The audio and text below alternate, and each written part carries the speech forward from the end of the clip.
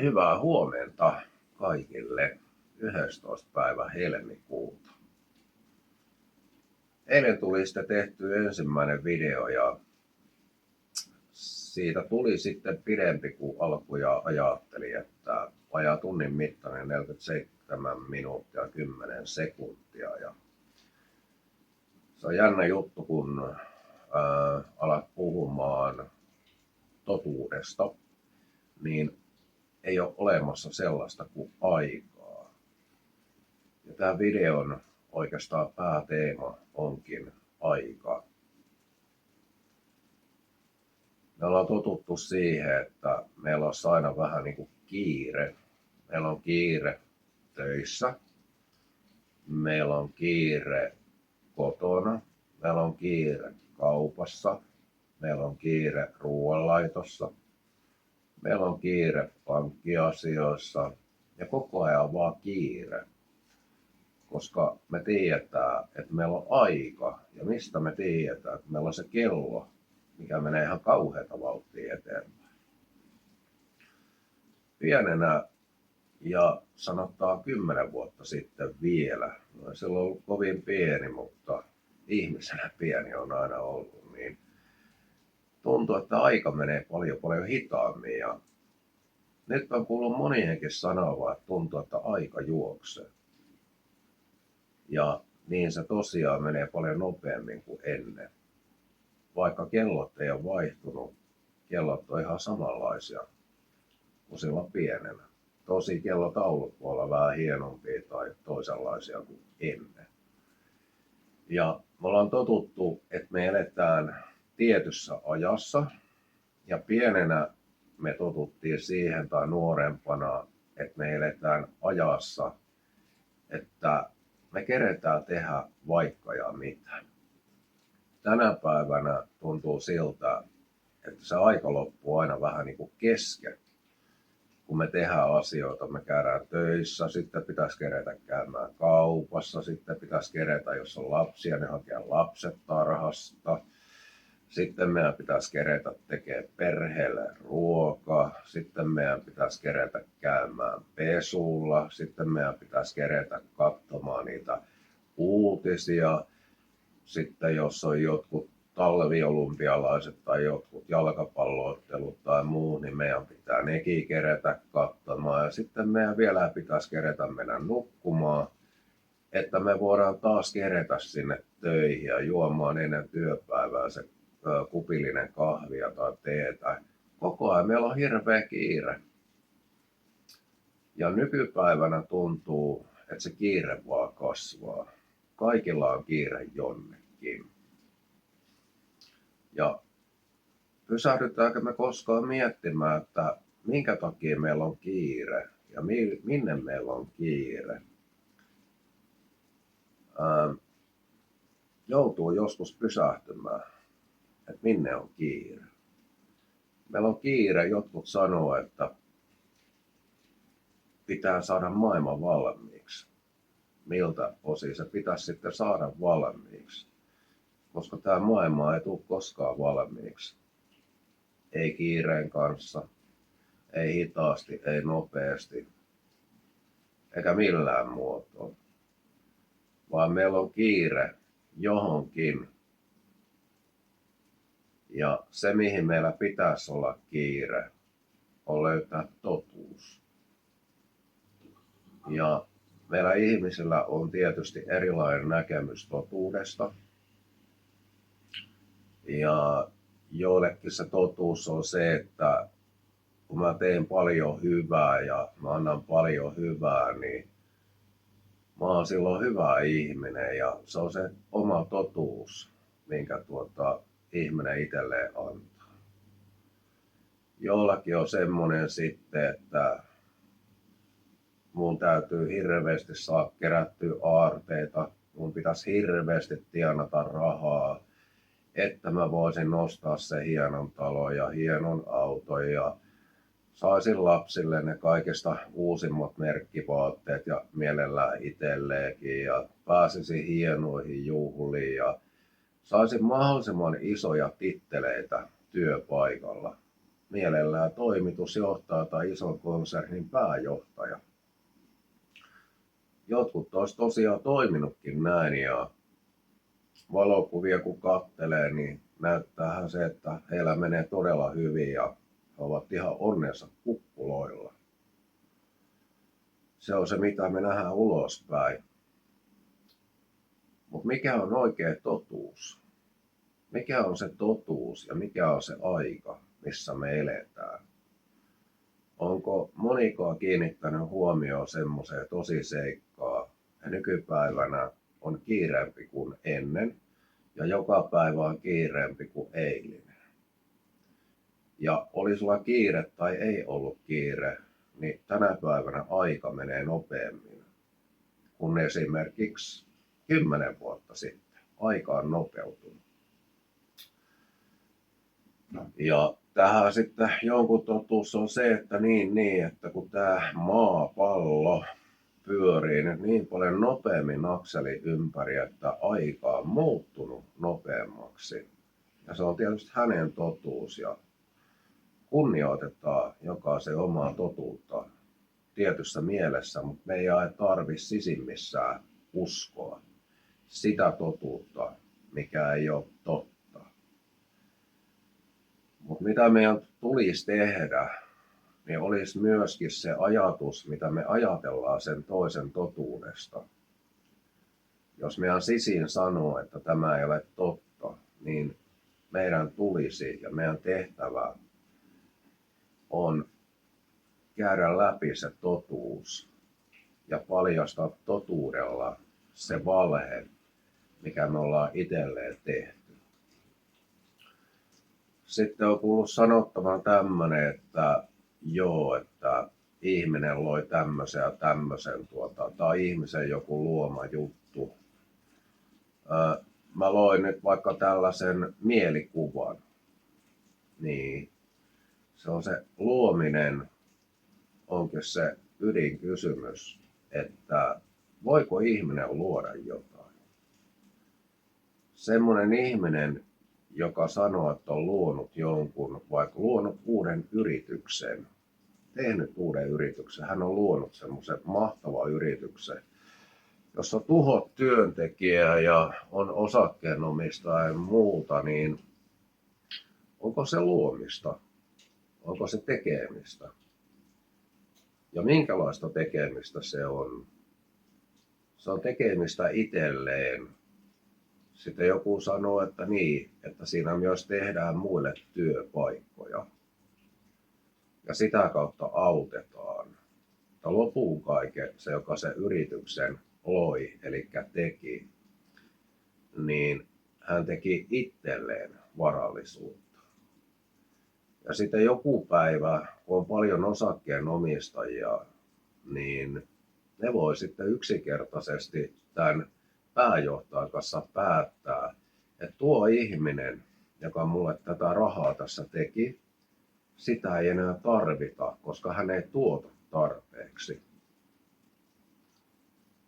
Onko se luomista silloin? Onko se rakentamista silloin? Onko se totuutta silloin siitä omasta luomisesta ja siitä hyvyydestä?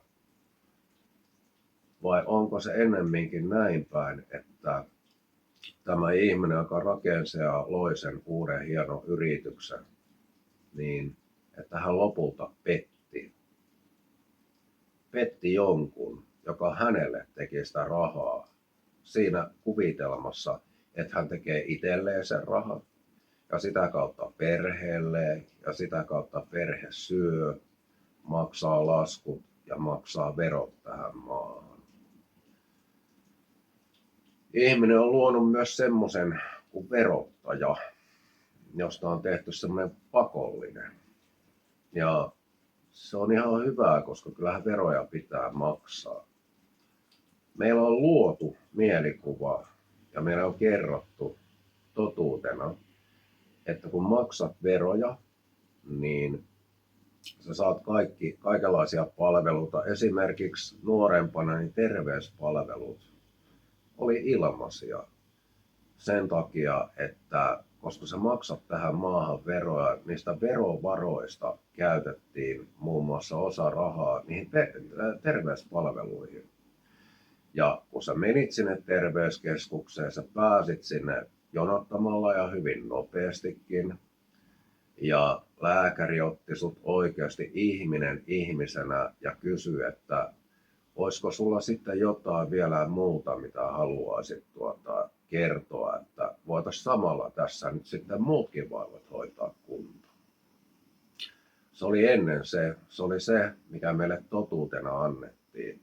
Maksakaa veroja, niin te voitte hyvin, te olette onnellinen kansa ja kaikki on hyvin.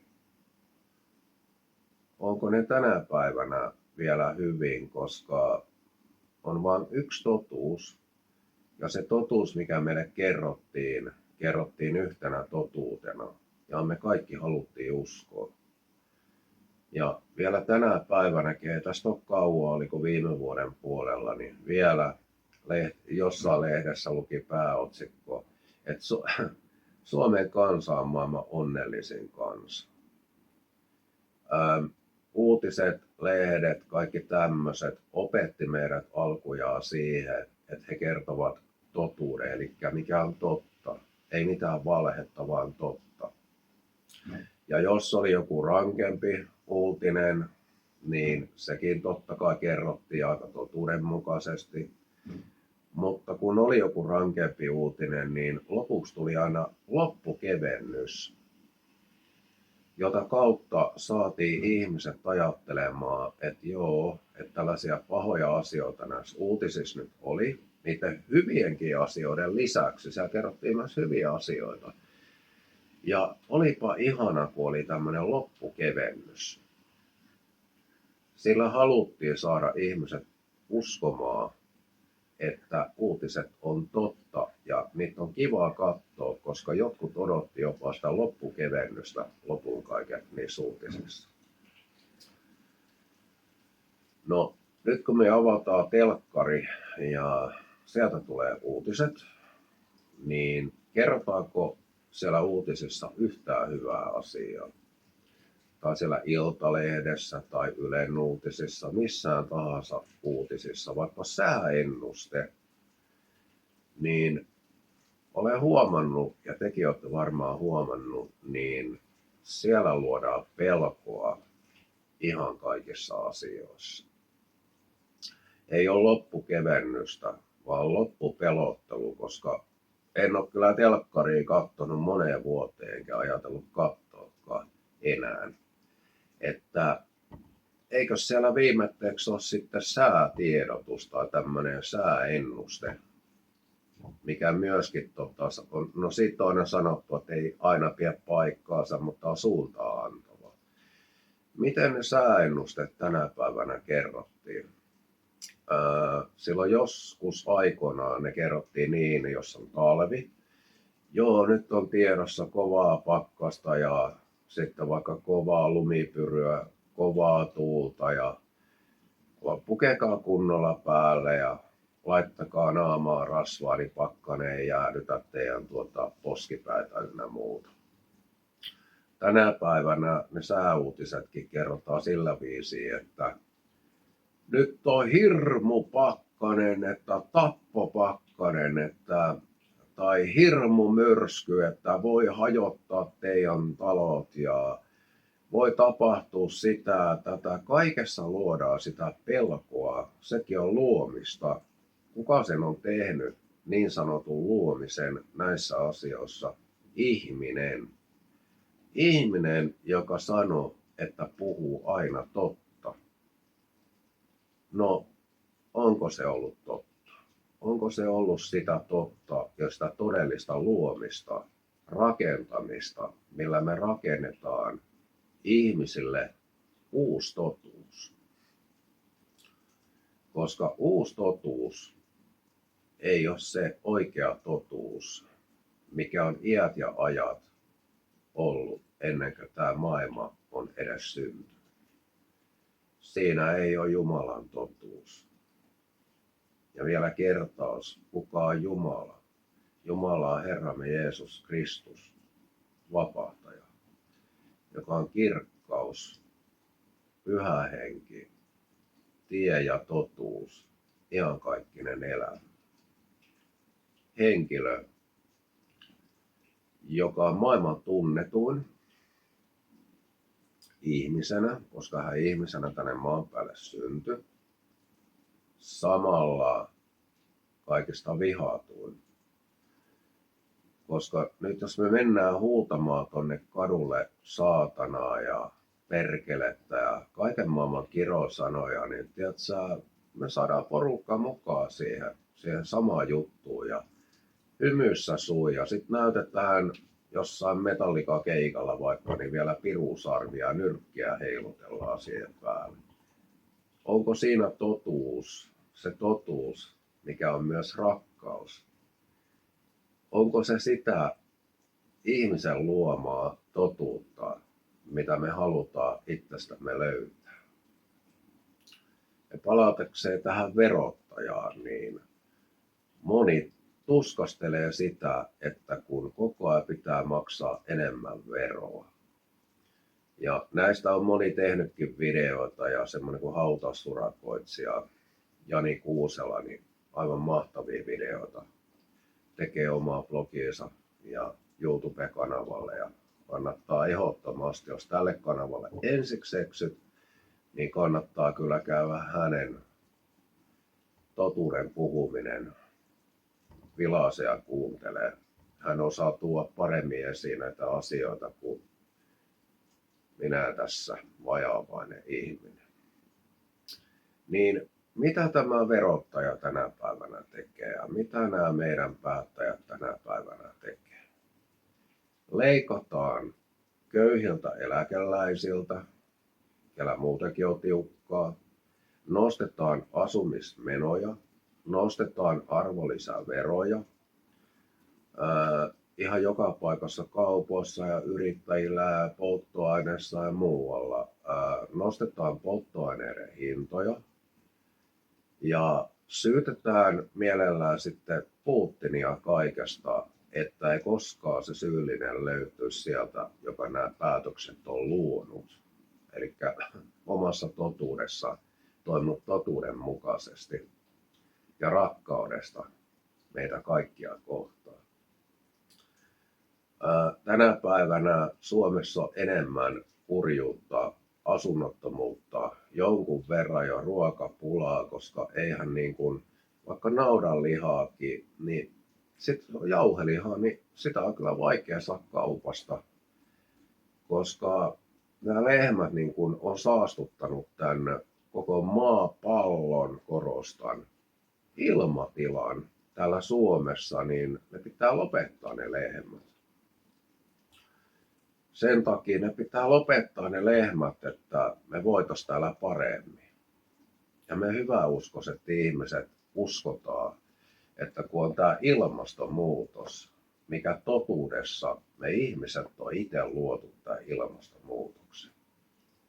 Mutta siihen verottajaan. Me maksetaan näitä veroja aika kovia summia palkasta. Yrittäjät maksaa sekä palkasta että arvonlisäverot siihen päälle, sitten sairausvakuutusmaksut ynnä kaikki muut. Ja lopun kaiken, sitten kun me sairastutaan, meille tulee joku sairaus ja tähän kerron ihan lyhykäisyydessään. Sunnuntaina käytiin emännän kanssa saunassa ja tuli sieltä saunasta pois, niin todennäköisesti sai sydäninfarktin. Ensimmäinen ajatus, joka päähän syttyi, mä tuohon sohvalle jollain ilmeellä pääsi ja selvisi. Pulssi hakkas varmaan ehkä 200. Sitten varmuutta, paljonko se löi, koska enhän ajatellut alkaa mittailemaan. Emäntä ja sauna, eikä kauheasti puhunut. Sanoin vaan, että on huono olo ja pakko lähteä sohvalle. Ensimmäinen ajatus, joka tuli päähän, niin, että mikä on totuus? Totuus asuu yksin Herrassa. Ja ensimmäisenä ajattelin, onko nyt hetki lähteä? Herra, onko mä tehnyt elämässä nyt kaiken oikein. Tämä oli se ensimmäinen ajatus. Ei ollut ensimmäinen ajatus, että voi kuolenko minä nytten. Voi että sentää, että kun nyt just sain palkan vaikka pankkitilille, että kun ajattelin niin kun ensi viikolla on se konsertti tai tapahtuma, niin toivottavasti mä nyt tästä selviin, niin mä pääsisin nyt hauskaa pitämään tai jotain muuta. Ei ollut. Se oli niin, että ensimmäinen ajatus oli keskustella Herran kanssa. Se olisi jäänyt viimeiseksi ajatukseksi ikinä. Niin mikä on vaikka teidän viimeinen ajatus siinä kohtaa, kun elämänlanka katkaistaan, eli niin sanotusti lähtö tulee täältä maan päältä. Se on se totuus, mihin sä et itse voi vaikuttaa millään tavalla. Et sä voi vaikuttaa sillä, että sä lenkkeilet ihan hulluna ja urheilet ja syöt terveellisesti ja vältät sitä punaista lihaa, mikä kuulemaan pahasta sitä voita, koska sä voit saada sydäninfarktin siitä voista. Aivot tarvitsee rasvaa. Se on elintärkeä se rasva, eli kolesteroli ihmiselle. No siihen verottajaan, niin sitten kun emäntä tuli noin puolen tunnin päästä tuohon, että mikä sulla on, sanoin, että en tiedä, mutta pulssi lyö aivan tajutonta vauhtia, on huono olo pyörryttää, en pysty liikkumaan, veto oli aivan poissa. Ja kun me maksetaan veroja tähän maahan, ja meillä ei ole nyt sitä ilmaista terveydenhuoltoa, niin ei mitään. Se on sitten se totuus on muuttunut, mikä meille annettiin aikanaan. Vaimo sanoi, että soitaako ambulanssi, niin itse henkilökohtaisesti sanoo sitten, että no en tiedä, että tarviiko tässä nyt, että kyllä kai tämä tästä helpottaa. Jos se ei helpota, niin on aika lähteä, että ei siinä ole sen kummallisempaa. No kuitenkin vaimo päätti soittaa hätäkeskukseen, oli siis puoli tuntia jo ollut tuossa sohvalla, niin täysin voimattomana. Ja vaimo soitti hätäkeskukseen, kertoi tilanteen. Ja siellä sitten joku rouvashenkilö, neitihenkilö sitten no pystyykö se potilas sitten puhumaan.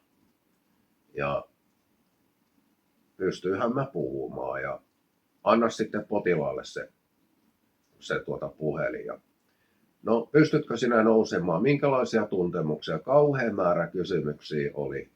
Ja sitten niin kerron rehellisesti, että niin, että kyllä nyt oli niin semmoinen olo, että en ole ikinä kokenut tätä oloa, että tuntui, että henki lähtee aivan kohta. Ja hän sitten sanoi, että nouse istumaan, paraniko olo, nouse seisomaan, paraniko olo. Sanoin sitten että jos mulla tässä niin kuin makuasennossa pyörryttää, niin mitä kuule veikkaat siellä toisessa päässä, paraniko se olo nyt, kun nousin seisomaan? Että saisiko mä se ambulanssin tänne nytten, koska eikä se ambulanssi silloin pitäisi saapua paikalle, kun sulla on jonkunlainen kohtaus päällä. Hän sitten sanoi, että ei, kun että sitten vaan päivystykseen. Me olisi pitänyt siis Kiuruvedeltä lähteä Kuopioon ajamaan. Jos mä olisin ollut yksin, niin kuinka olisin lähtenyt Kuopioon ajamaan? Mitä jos olisi se kohtaus tullut vielä kovempana ja pöpelikke olisi menty. Mä sitten sanoin sille rouvalle kautta neidille sinne hätäkeskukseen niin, että ymmärräksä että mä en ole lähdössä tästä nyt mihinkään, että mä nyt vaan pyydän, että lähetä se ambulanssi tänne nyt. Ja jos et sä sitä tee, sinä olet mä kerkäsin sanoa kun oli pitänyt sanoa vastuussa. Se puhuu päälle siellä hätäkeskuksessa. Joo, anna sille vaimolle se, no nyt riittää, anna sille vaimolle se puhelin. Eivät lähettäneet ambulanssia. No, se sitten helpotti sairasta Hortonin oireyhtymää ja otin tuollaisen propraalin siihen sitten kylkeen, niin vasta tunnin päästä oli syke laskenut niinkin paljon, että leposyke, kun olin koko ajan makuuasennossa, se oli edelleen 100. Vaimo sitten oli, että ei, että kun pitäisikö meidän nyt lähteä ajamaan sinne päivystykseen, niin totesin, että ihan periaatteesta, että Jumala yksin päättää, että onko aika lähteä pois tästä maan päältä. Että mä oon menossa nyt nukkumaan. Mä oon niin poikki, että mä en yksinkertaisesti jaksa istua enää autossa tämmöisen jälkeen. Ja menin sitten nukkumaan. Yö oli kamalan levoton ja nousin 1 aikaa yöllä. Ja oli suht ok, mutta todella uupunut olo. Ja sitä kesti koko vuorokaus, sitä uupunutta, tai oikeastaan aamulla oli se uupunut olo, jolloin sitten tultiin siihen lopputulokseen, että nyt lähdetään päivystykseen, emäntä otti vapaata töistä. Ja niin me ajettiin sitten tuonne Iisalmeen 30, vähän reilu 30 kilometrin päivystykseen, jossa hän otti vakavasti tämän asian, otti verikokeet ja laittoi sydänfilmiä, koska kohtaus ei ollut päällä, niin eikä siellä silloin mitään näkynyt. Ja verikokeethan antaa, niin kun, jos olet sydäninfarktin saanut, niin meille on ainakin kerrottu näin ja opetettu näin, että sieltä pystyy toteamaan. Henkilökohtaisesti on sitä mieltä, että eikös meidän veri kierrä koko ajan maksan munuaisen, sydämen ja kaikkien elimien kautta, niin sehän korjaantuu itsestään.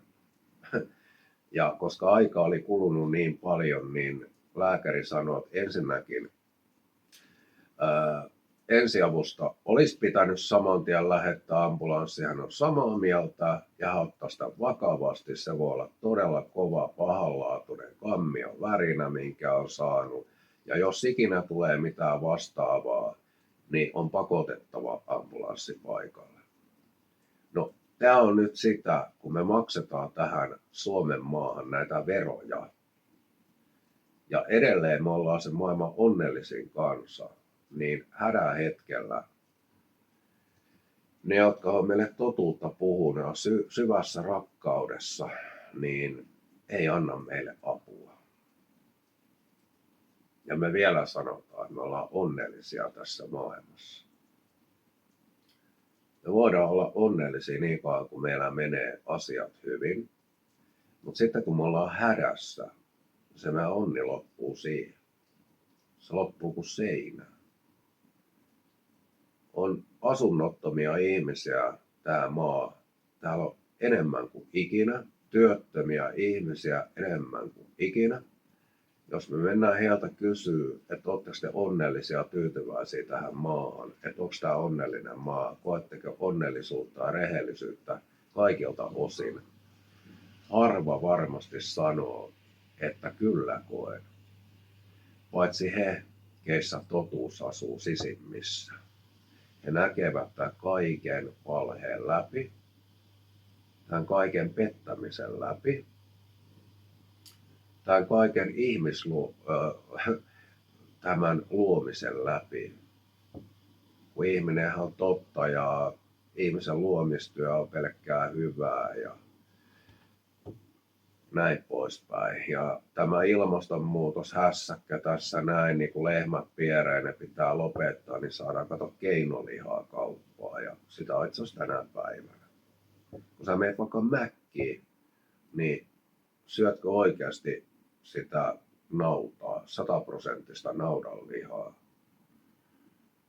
Olikohan se 7 miljoonaa hampurilaista joka ikinen päivä McDonald's myy ympäri maailmaa, niin missäs on ne kaikki lehmät, kun sitten vielä ravintolassa voit tilata pihveä, ravintoloita on tiedä kuinka paljon maailma täynnä ja kaupassakin on vielä lihaa jäljellä ja näin poispäin, niin mitä lihaa me syödään tänä päivänä? On hyvä kysymys. Se on sitä totuutta ja se on sitä ihmisen luomaa totuutta, joka on täynnä valhetta ja petosta. Taas vetää tosi hiljaiseksi, koska voi olla, että joku ajattelee, että voi että että voisikohan tuossa olla tuumaakaan järkeä, mitä tuo taas tuossa juttelee ja koittaa kertoa. Ja osa varmasti taas miettii, että tuo täysin seonnut ja ihan hörhö ja taas on foliohattu päällä, kun vielä sanoo, että joku maapallo.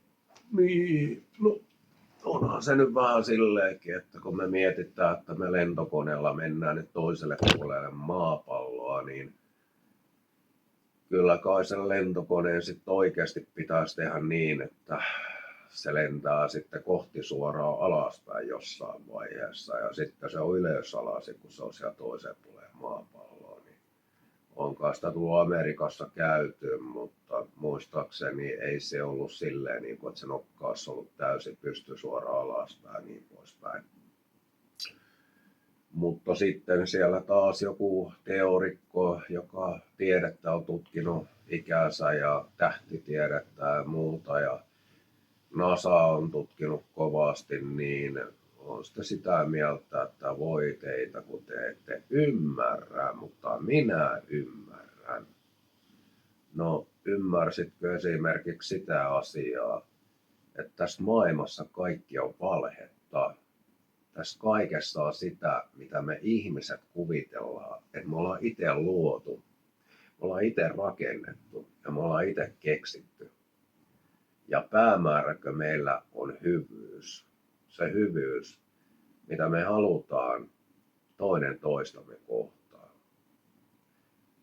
Kaikista tärkeä asia, jos jokainen ihminen toimisi niin. Rakasta toista niin kuin rakastaisit itseäsi. Kohtele toista niin kuin haluaisit itseäsi kohdeltavan. Niin, tiedätkö, tämä verokarhukin ei halus ryöstää meitä. Uutiset halus puhua meille totuudenmukaisesti. Sääennusteetkin olisi totuudenmukaisia. Niissä ei haluttaisi pelotella sinua. Koska jos ei millään muulla pelotella, niin pelotellaan pandemialla. Sitten kun se ei enää mene läpi, niin keksitään joku muu sairaus, mikä nyt leviää ja sinä kuolet kohta. Tai sitten pelotellaan, että Putin hyökkää tänne. Otetaan tämmöinen esimerkki, että sulla on siinä naapuri ja naapuri ostaa sitten panssarivaunion tykiin. Ja siihen sun tontin rajalle, mutta omalle puolelle, laittaa ne siihen, suuntaa ne siihen sun pihaan, sun taloa kohden ja sun perhettä kohden. No, eikö ihminen toimi silleen, että vähän saattaisi pelästyä, niin myöskin hankkisi panssarivaunuja tykiä ja suuntaa sen sitten sitä naapurin tykkiä panssarivaunun kohti ja häntä kohti ja hänen taloa kohti puolustukseksi. Näin ihminen toimii rakkaudesta.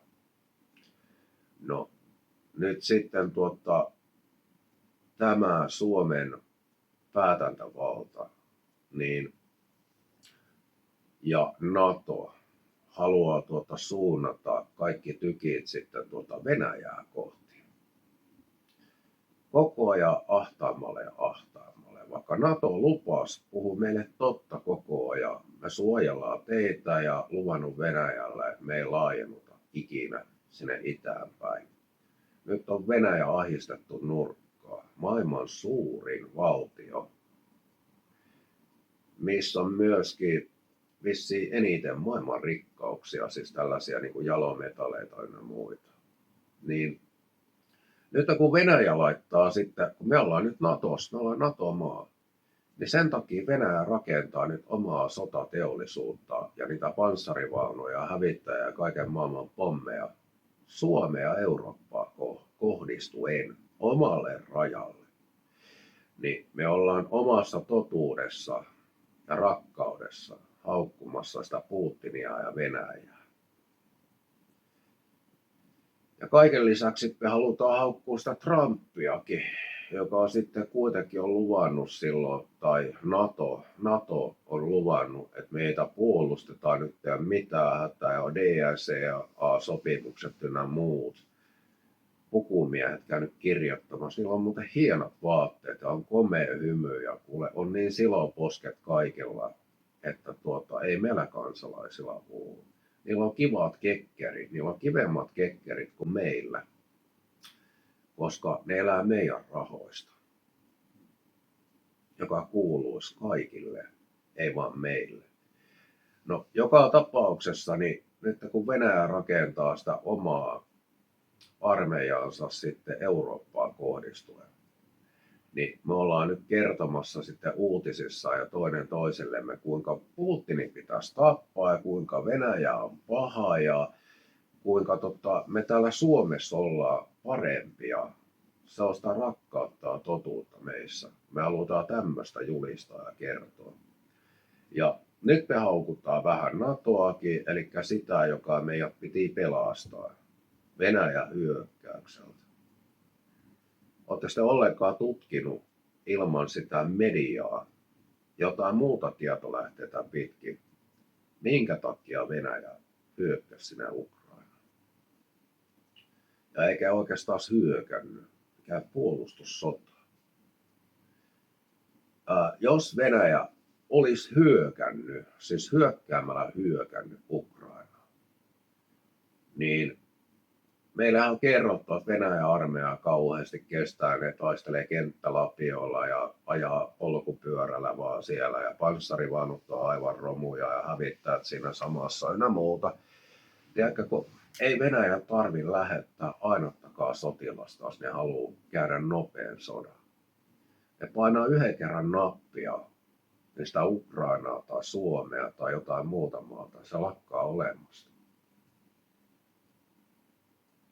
Mutta kun me halutaan lietsoa sitä vihaa, eli sitä meidän ihmistotuutta, sitä rakkautta, mikä meissä on, niin onko se sitä rakkautta, sitä luomista, te olette luonut sen rakkauden itsellenne. Onko se sitä luomista ja rakkautta ja kohtele toista niin kuin haluaisit itseäsi kohdeltavan. Rakasta toista niin kuin haluaisit itseäsi rakastavan. Onko se viesti, minkä takia me ollaan synnytty tänne maan päälle? Minkä takia palataan siihen aikaan? Minkä takia aika tuntuu, että se menee paljon nopeammin kuin koskaan ennen? Koska jokainen on varmasti huomannut ja sanonut ääneenkin, että vitsi, että aika menee nopeasti. Koko ajan nopeammin ja nopeammin. Ei se johdu maapallon pyörimisestä. Ei tämä maapallo kun ei pyöri mihinkään. Me ihmiset pyöritään joka suuntaan. Me hyöritään, pyöritään, hämmennetään ja lopputulos on kaaos. Se on sitä rakkautta ja se on sitä oikeamielisyyttä ja se on sitä tuomitsemista, kun me halutaan mielellään tuomita se toinen, kunhan emme itseämme tuomitsisi. Ei luoja ei toimi tälleen, nyt puhutaan oikeasta luojasta. Luoja on pelkkä rakkaus, on pelkkä totuus, joka ei ikinä ole ristiriidassa itsensä kanssa. Mutta me ihmiset kun luullaan, että me ollaan luotu jotain, me ollaan totuutta täynnä ja me ollaan rakkautta täynnä, me aina petetään sekä itsemme plus sitten muut ihmiset siinä ympärillä. Luomalla sitä pelkoa, näyttämällä sen vihan, tai olla näyttämättä sitä vihaa, mutta tekemällä jotakin, että me voidaan itsellemme saavuttaa jotakin parempaa kuin sille toiselle. Se todellinen rakkaus, mikä on Jumalasta, Herrastamme Jeesuksesta, Kristuksesta, hän ei ikinä halua meille mitään pahaa. Hän ei halua, että meistä kukaan joutuisi iankaikkiseen kadotukseen. Iankaikkinen kadotus on helvetin tuli. se on semmoinen tuli, että jos me ollaan katsottua ihailtu vaikka jotain nuotion tulta, niin sehän on kauniin näköinen juttu. Mutta ajatellaan hetki, haluttaisiko me hypätä sinne nuotioon. Kuvitellaan, että se nuotio on palava meri. Onko se vielä ihana? Koska se on se todellisuus, mitä me on itselleen sisälleen luotu ajatuksissa. Että on kauniin näköinen tuo takkatuli tai tuo nuotion tuli. Sekään ei ole totta. Se on valheellista, koska jos sä haluat jotain ihanaa, ja se mikä on totta ja mikä tuntuu hyvältä, no etkä sä halua sen itsellesi tuntea sisimmissäsi kokonaan. Haluatko sä sisimmissäsi kokonaan tuntea helvetin tulen, iankaikkisen tulen ja kärsimyksen, joka ei lopu koskaan? Itse en halua. Itse en halua, että yksikään ihminen ikinä joutuisi kokemaan semmoista. Mutta kun meillä on se vapaa tahto, meillä on se vapaa mieli, kun me annetaan sen ohjata itseämme, joka tapauksessa jossain vaiheessa se ohjaa meitä väärälle polulle. Ja se väärä polku on se, joka meidät vie sinne nuotioon, mitä me ihailtiin, iankaikkiseen kärsimykseen, iankaikkiseen helvetin tuleen. Ja tiedän, että on joitakin uskovia ihmisiä, niitä on aika paljonkin, jotka on luopunut uskosta, vaikka semmoisia ihmisiä, jotka on kuulunut johonkin lahkoon tai juossut kirkosta kirkkoon etsimässä sitä Jeesusta, olisiko Jeesus täällä, vai onko se siinä leivässä ja viinissä, että uskot täysillä, että tämä on Jeesuksen ruumissa, tämä on Jeesuksen veri. Tiedätte, kun ei ole. Se on leipä ja siinä on viini. Älä usko valhetta. Sun syntejä ja sun vääryyksiä ei kukaan muu voi antaa sulle armoa ja anteeksiantoa, täydellistä anteeksiantoa. Kun Jeesus Kristus vapahtaa ja se kaikki veri nimittäin paluu maahan asti viimeistä pisaraa myöten. Ja koko Jeesus Kristuksen ruumis, eli keho, 3. päivänä kirkastui ja nousi taivasten valtakuntaa Isä Jumalan oikealle puolelle, jossa hän on tänä päivänä myöskin. On rakentamassa meille kaikille, jotka sanassa pysyy ja totuudessa valtaa, asuinsia. Miettikää, miten ihanalta tämä kuulostaa. Se on totuutta. Valmistatko sinä asuisia, kun sinä olet nyt se Jumala omasta mielestäsi, kun sä luot kaikkea hyvää? Valmistatko sinä naapurille asuisia täällä maan päällä vai itsellesi? Me kaikki ihmiset valmistetaan sitä itsellemme, eikä meitä lopun kaiken kiinnosta, vaikka se naapuri olisi siinä katuojassa. Kunhan meillä on se hyvä asumissija. Mutta joku päivä me jätetään tämä asumissija täältä. Ja me ei voida enää valita uudestaan, että nyt mä voisinkin Herra kääntyä, kun mä näen sut nyt Jumala, kun sä oot siinä. Niin sä et enää voi pyytää anteeksi, sä et voi enää tehdä parannusta, koska me eletään armon ajassa. Sen takia tuo kello tikittää nopeammin kuin koskaan ennen, koska vääryyttä on niin paljon tämä maapallo, maan piiri täynnä, että he keissä usko on, he eivät enää kestä tätä valheiden ja vääryyden määrää. että heillä aika menisi nopeammin. Koska aika menee nopeasti, niin kaikki on tehtävä parannus nyt. Ei huomenna, ei ylihuomenna, koska me ei voida tietää, saadaanko me sydänkohtaus minä hetkenä hyvänsä, saatiinko me se syöpä, joka äkillisesti meidät vei, saatiinko me nyt se joku kauhea pandemia, mikä laboratoriossa tehtiin ja lentokoneesta vaikka laskettiin tänne meidän ilmakehään. Me ei tiedetä. Vai sen takia, että Putini kyllästyi tähän heidän ahdistamiseen, piinaamiseen, vainoamiseen. Päätti painaa sitä punaista nappia, eikä yhtään sotilasta tarvinnut lähettää. Räjäytti meidät taivaan tuuliin. Silloin ei enää selitykset auta. Ja niin kuin eilisessä videossa sanoin, niin ei auta myöskään ne kultaiset kottikärryt. Eikä auta se, että kun mä tein paljon hyviä tekoja. Niillä ei ole enää mitään merkitystä. Vaan sillä on merkitystä, että tutki itseäsi ja sitten tutki Raamattua ja pyydä Herraa Jeesusta Kristusta, että hän armossa avaisi sulle Raamatun ja armosta saisit anteeksi kaikki sen pienen valkoisen valheen, kaikki synnit, mitä ikinä olet maan päällä tehnyt.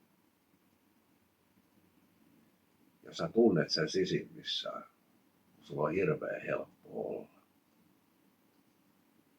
Sun silmät aukee ja sitten rupeaa näkemään tämän kaiken vääryyden, mitä meille on syötetty, että sun on pakko maksaa veroja ja sulla on ilmainen terveydenhuolto ja kun liitytään EU-hun, niin ruoka halpenee ja